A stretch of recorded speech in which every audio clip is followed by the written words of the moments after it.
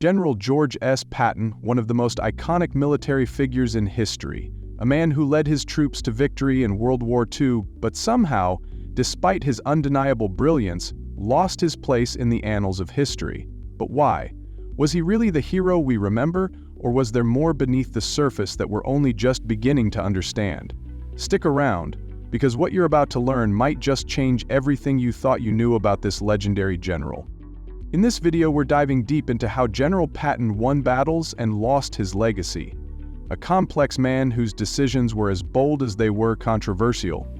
You might think you know the basics, but today, we're uncovering shocking details about Patton's career, his leadership, and the choices that led to his ultimate downfall. Let's start with what we do know. Patton was a military genius. His leadership during the North African campaign and the invasion of Sicily proved it.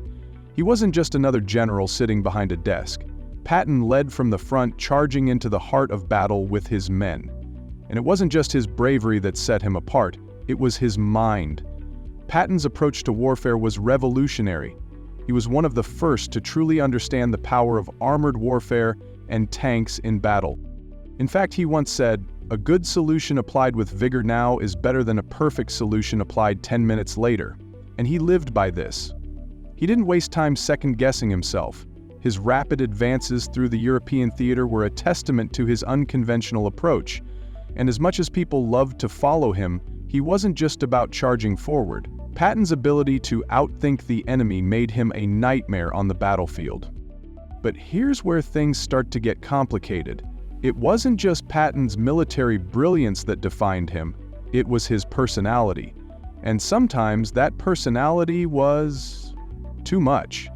He had a fierce temper, a no-nonsense attitude, and often a complete disregard for diplomacy. Take, for example, the infamous slapping incident in 1943. Patton slapped two soldiers suffering from battle fatigue, calling them cowards. He said, "You're not a man, you're a coward."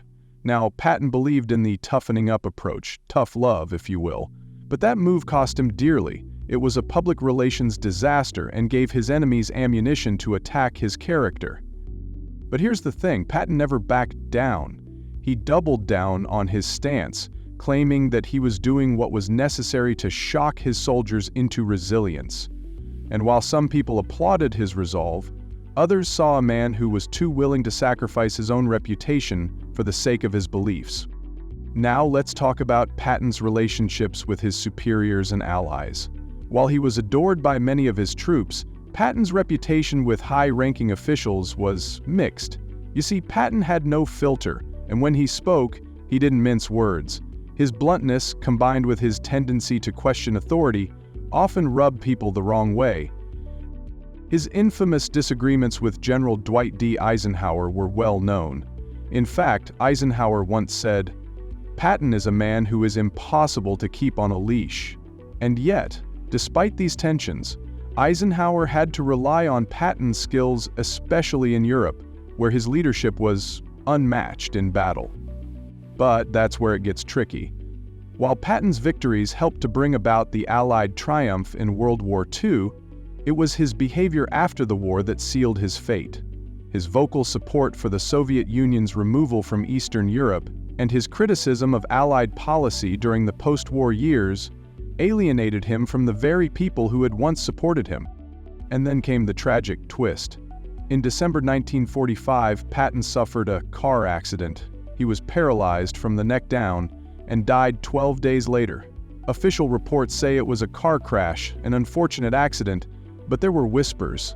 Some said it was too convenient, given Patton's increasing outspokenness against the direction the US government was taking after the war. Could it have been an assassination? Or was it just the tragic end of a man who had always been a loose cannon? We'll never know for sure, but the fact remains, General Patton, who had fought so fiercely for victory, found himself silenced in the final chapter of his life. And in the years that followed, his legacy? Well, it's been complicated. While he's still remembered for his battlefield brilliance, many believe that Patton's actions and statements, particularly those in the final years of his life, left a stain on his legacy that no victory could wash away. So, how did General Patton win battles and lose his legacy? It was his relentless drive, his tactical genius, and his uncompromising leadership that made him a hero on the battlefield, but it was his personality, his bluntness, and his inability to conform to the expectations of the post-war world that ultimately cost him the lasting admiration he deserved. Patton wasn't just a general, he was a symbol of everything that's complicated about war, leadership, and legacy. He was both brilliant and flawed, and that's what makes his story so fascinating. So what do you think? Did Patton's uncompromising nature make him a martyr for his cause? Or was he his own worst enemy? Let me know your thoughts in the comments below, and if you enjoyed this deep dive into one of history's most controversial figures, don't forget to like, share, and subscribe for more videos like this one.